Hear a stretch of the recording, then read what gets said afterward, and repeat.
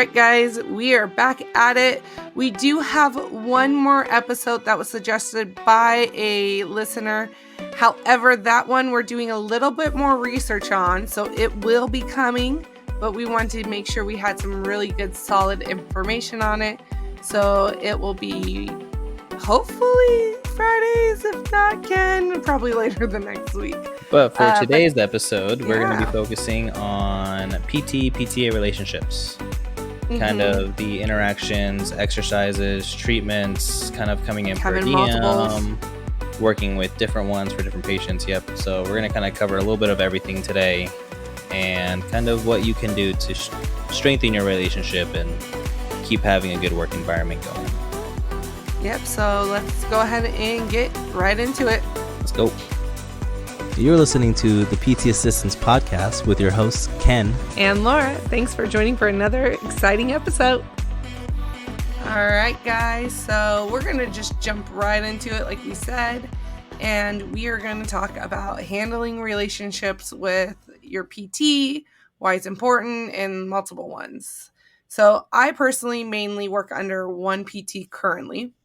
That's how most of my outpatient has been. I've kind of bounced between locations and dealt with multiple PTs, but they've always kind of had their separate physical locations. Now, when I did my inpatient, I was I had to work with 3 different PTs. I would get a patient who was under PT1, I got a patient who was under PT2, and 2 patients under PT3, and it just was a mix.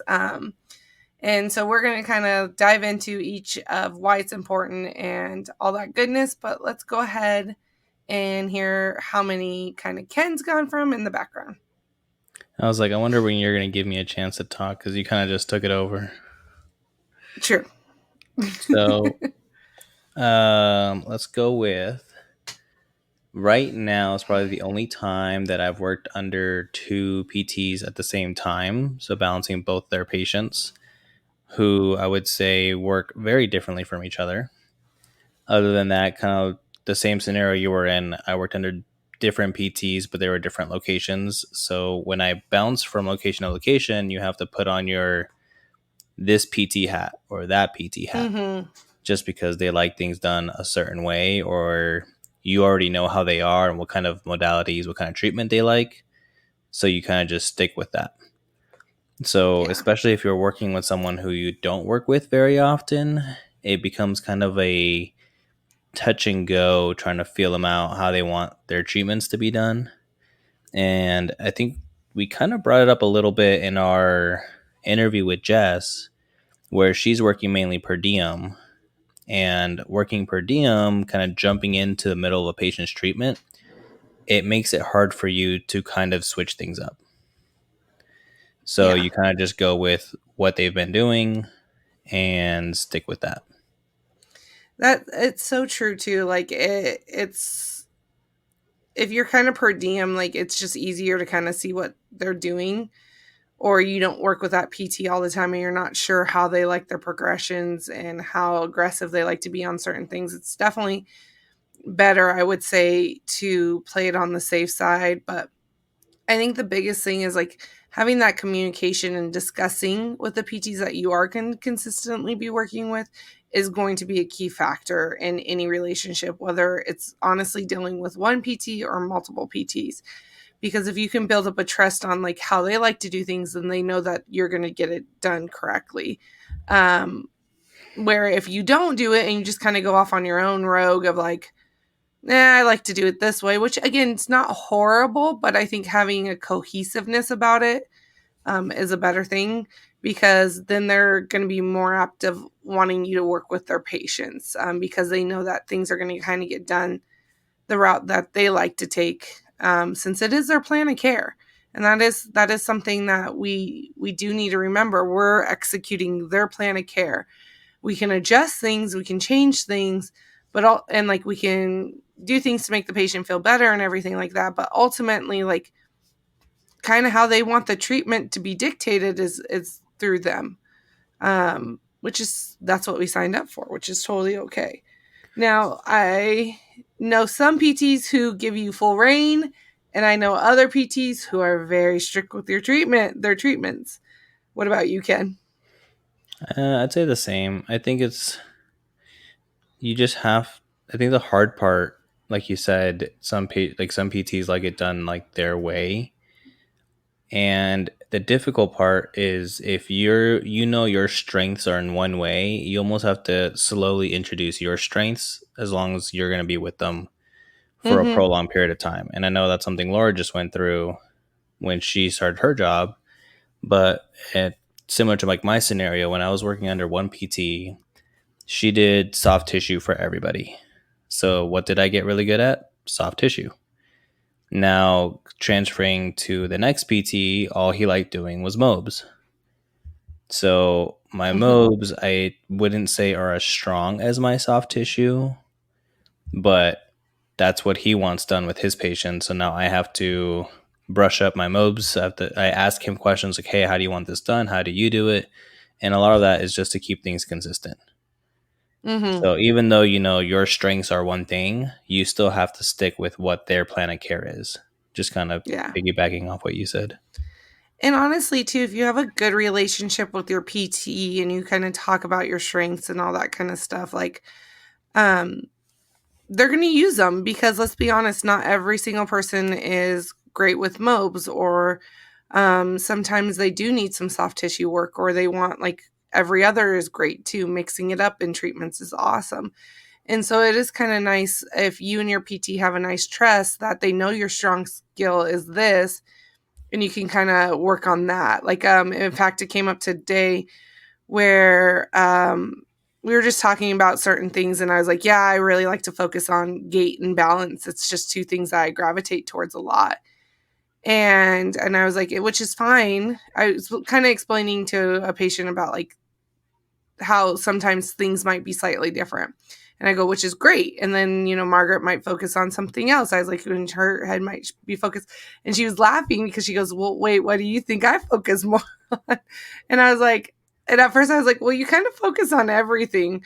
But, and then it dawned on me later, I was like, she focuses on so much on postural stuff, which is great because I'm not strong in that area. And she's really strong at finding those little small postural issues and fine tuning them a little bit more. And so both of those are so important. Well, all of those are so important in a lot of the aspects of PT. So it's great that the patient's getting now a well-rounded treatment, versus, just always balance. That's great. Balance is great, but that's not going to help always your posture. Gait is always great, but we can only do so much if your posture is also not good. So, working together is a big key. And I will say the hardest part is if you don't have a consistent like PT you're working under, that is going to be tough. Yeah, because you're gonna But have to it's switch your doable. your view every single time. Yeah. It is definitely more convenient to work under one. You do usually get a closer relationship, um, which is amazing. And you kind of figure out what like each other's strengths and weaknesses are and work those to your guys' benefits for the patient's treatment. When you work with multiple, it is tough that you have to kind of switch back and forth. I got fortunate that a good chunk of the PTs that I worked with, when I was working under multiple ones, they kind of didn't care as intently. There was a couple, and they would let you know if they really wanted something focused, which was great. But it was definitely a little bit more like you could just, even the setup of like how they did uh, the treatment plan setup, you could tell is just slightly different. You had to pay a little bit more close attention to what was included in the plan of care.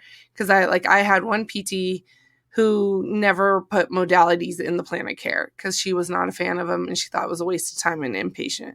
So like no matter what, you couldn't do modalities with any of her patients unless she added it in later.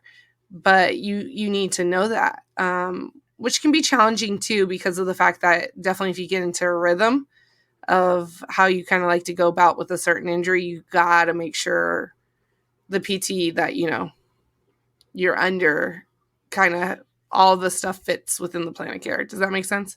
Yeah, I was gonna kind of change the direction a little bit because not only is it what you're saying, like a lot of that's important for us, Mm-hmm. but in the point of view of the patient, it's also very important because Mm-hmm. if you have a lot of different directions you're going at, sometimes the patient can feel a little flustered or confused because it's like, oh, I thought this was the problem, but now this is the problem. But that happens if two PTs don't really agree with the direction to go about. And I'm not going to say it's always a problem because there are a lot of times where the patient finds benefits in both ways. Mm-hmm. Where one PT is like, hey, let's try it this way. And then the other PT is like, oh, I think it's this. Let's try it this way. So right now, since I work under two PTs, typically they'll see their own patients. Like if they eval the patient, that's who they're going to see. And they don't rotate between their patients very often unless one of them is out of the office or they're kind of caught in a little pinch or whatnot. But knowing them, they read their notes while they're there and all that, but they still kind of do their own treatment in a way. Mm-hmm. So it's like, oh, they're here for a rotator cuff injury. Okay, they read the note, how it happened, caused blah blah blah blah. But then they go in there like, okay, I'm about to treat this patient the way I know how to treat this injury, and then they Yeah. listen to the patient's complaints and they go off of that. But they don't really go off their own, like the other PT's treatment. Sometimes they will if they want to just keep it consistent, but sometimes they'll do their own thing. And I mean, that comes with its own pros and cons. But since I'm the assistant to both of them, I have to switch between like the types of treatments I'm going to be doing. Mm-hmm. So that way, like I can just look at the exercises from a patient and I can tell you who evaled that patient because one PT has their exercises they like and another PT has their exercise. And the confusing part for me and the patient is there's certain exercises that they both name, but they perform them differently. And it's for Yeah. different purposes. So that's the hard part because I'll be like, That'd oh, be we're so gonna do confusing sometimes. like a wall angel, for example. So one PT does the wall angel pretty much completely stood up with a chin tuck, and then they'll do the wall angel. While the other one is more of like a postural cueing, where they're in like a semi wall squat, and their arms move like in a different direction, and like their low back has to be in contact. Like it's a little bit different. Mm-hmm. So things like that, it's like, okay, well, who eval'd this patient? Now I know who or like how the wall angel is going to be done. But the Yeah. problem for the patient is if you don't know that, like if someone just came in per diem for us and saw wall angel, they'd be completely confused on how to do it because the patient probably has done it a couple different ways, and both PTs do it different. And that's the struggle too on that kind of stuff because like when it's something performed different and definitely if you're not used to it that way, when you do come in per diem, like you're like, okay, well, and the patient's like, oh, that's not how we did last time. And you're like, okay, well, how did he do it last time? Then it kind of they don't have as much faith. Not always, like some of them are pretty good about it, but there are some of those patients who lose faith in like your skill if you don't know exactly how that exercise is. And And a I've lot seen of that that, happen. yeah, it's not your fault really. It's just you come No. from somewhere else, you've done it a certain way, and people do it their own way. Yeah, and I've talked to patients about that. I was like, literally, you can have one exercise and it can have like 5 different names.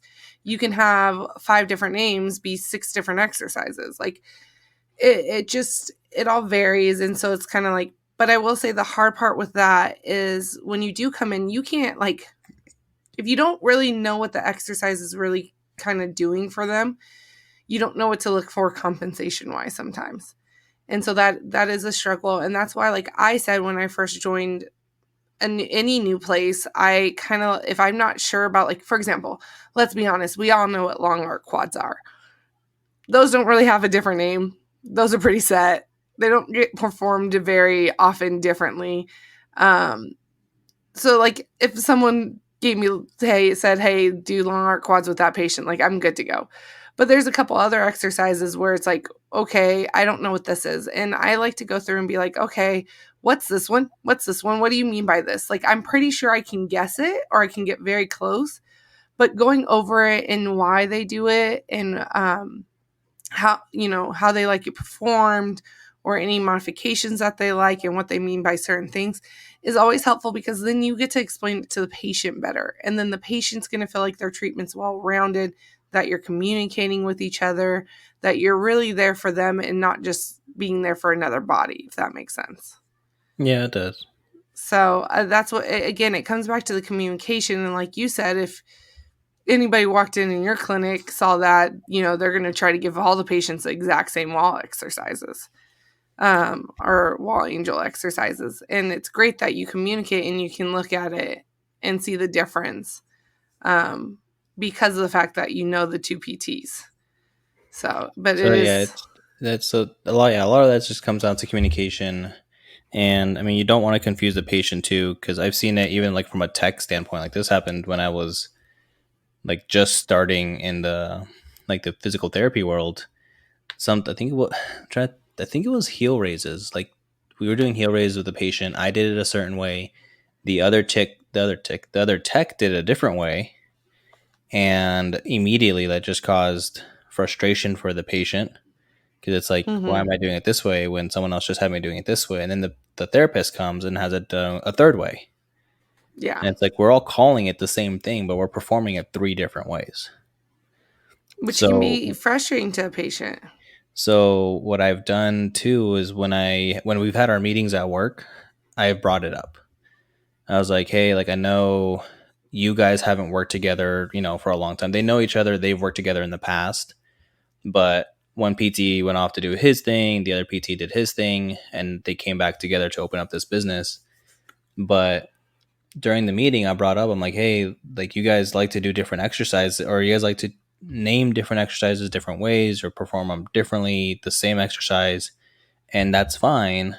But we need to find a way that we can communicate with each other so that we don't frustrate the patient, Mm-hmm. because different PTs like it different ways. Yeah. And there's nothing, like, I'll say this, like, I've come across that. Like, I currently work in a place where we have 3 PTAs, because I'm not full time. And they come in and they'll show a patient one way, and it's not necessarily wrong by any means. It's just not how I technically perform it. And so when I come in, the patient will be like, well, I did it this way last time. And you just explain, oh, okay, that's great. Like that's not wrong either. Today I'm going to do it this way to focus on this. And that's how you can spin it too. Like if you're like, I don't even know what they did last time or something like that, they performed it slightly different, and you're like, I'm not a fan of that way. Don't make it sound like you're doing it for a purpose and why you're doing that exercise the way you are, and make it sound like today it's because we're focusing it today on this.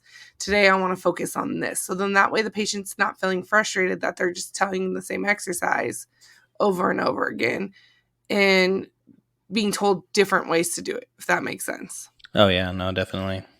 So that's kind of like your I've done way that out. too. Yeah. When I've had certain patients say like, "Oh, last time I did it this way," I'm like, "Okay, that's fine, but today I want to do it this way for this purpose." Mhm. Because I mean, like the last thing you want to do is like knock another therapist down. Like you're like, "Oh, Yeah, like you're not. you've been doing that wrong." Because now the patient feels bad because they've been doing it wrong, and then they'll start blaming the other therapist for doing it wrong, and maybe they were trying to focus on something else.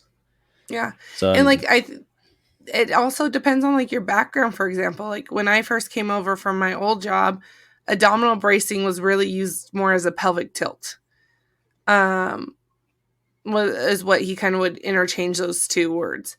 And here abdominal bracing is abdominal bracing. And so like when I first saw it, like in my brain, I thought pelvic tilt because that's what I was used to him calling it. And so there's different things that have to change. And it's not necessarily that you're wrong. It's just that's not how it's named there.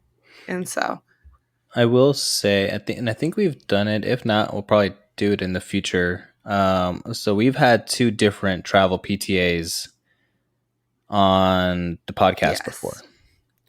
So we've had Grizz or Rich. I'm not sure what we named the podcast. I'll leave them down below in the links.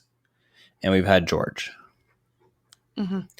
So they're both travel PTAs. One's been doing it for about 10 years. The other one's been doing it for a couple years. But this adaptation that you have to do with different PTs, they've pretty much mastered this. They've mastered the, approach, Yeah. the approach with patients, the approach with the PTs, because they're going from clinic to clinic, assignment to assignment, crossing state lines, different cities, doing the works. So they're really good at being able to just go with the flow up front and then kind of bring in their own methods to the treatment for the patient.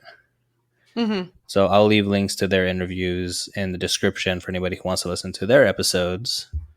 I'm not sure where it is in those episodes, but they're both really good episodes.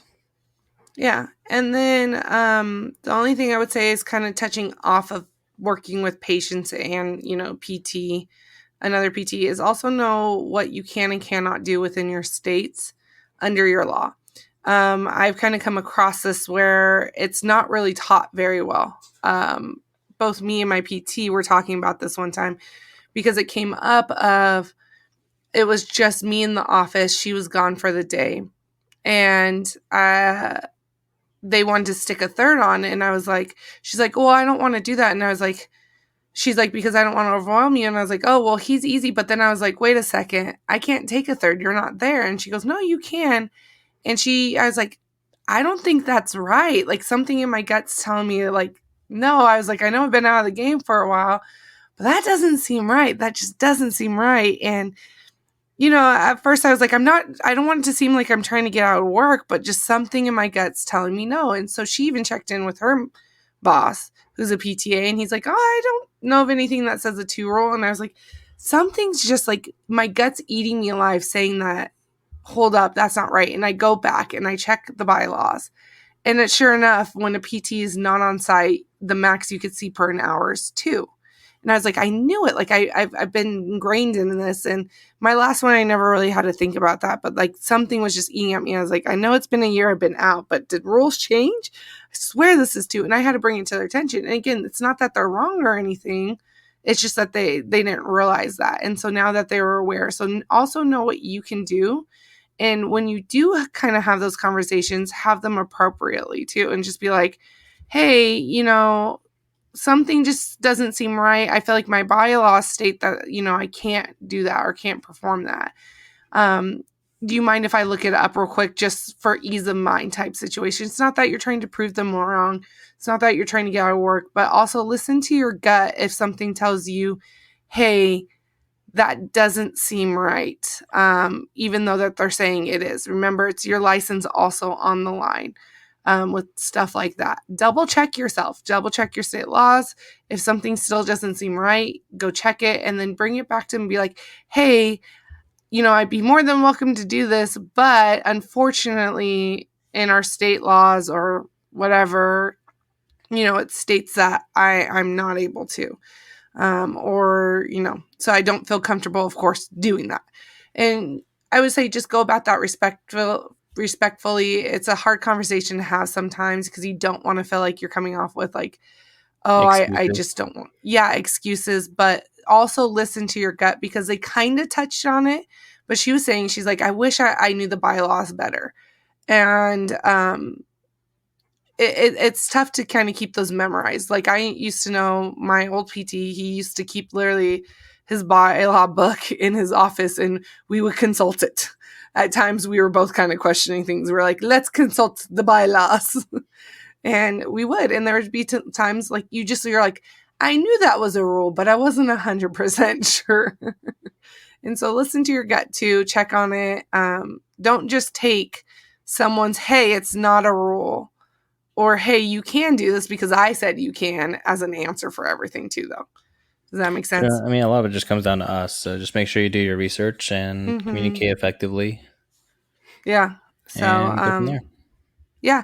And you know what? Honestly, build a relationship, a friendship. If you don't like to have coworkers as friends, have a respectful relationship, respect one another, whether or not you kind of fully agree with their methods or not. I'm very fortunate that honestly, I've got very lucky in my careers that I've had some amazing PTs. I have an amazing PT now. In fact, Ken got to meet her. We went pickleballing with her and her fiance, which she's going to crush us. Oh gosh, we're going to lose so bad when she gets really good. Yeah, like two times down the road.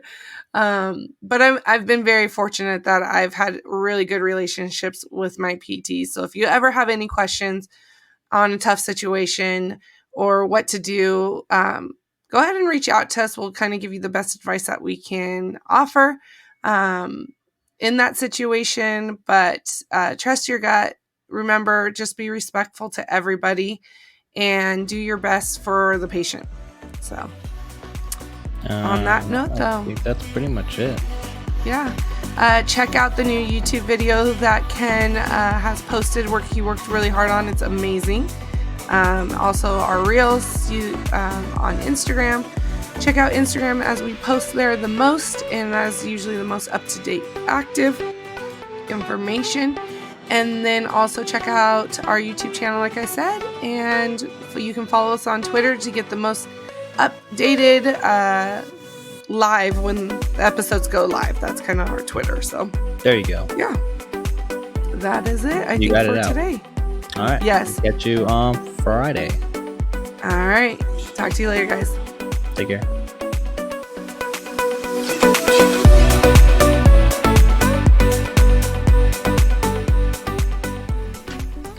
The information in this video or podcast is not intended nor implied to be a substitute for professional medical advice, diagnosis, or treatment. All content, including text, graphics, images, and information contained in this video or podcast is for general information purposes only and does not replace your professors or a consultation from your own doctor or healthcare professional.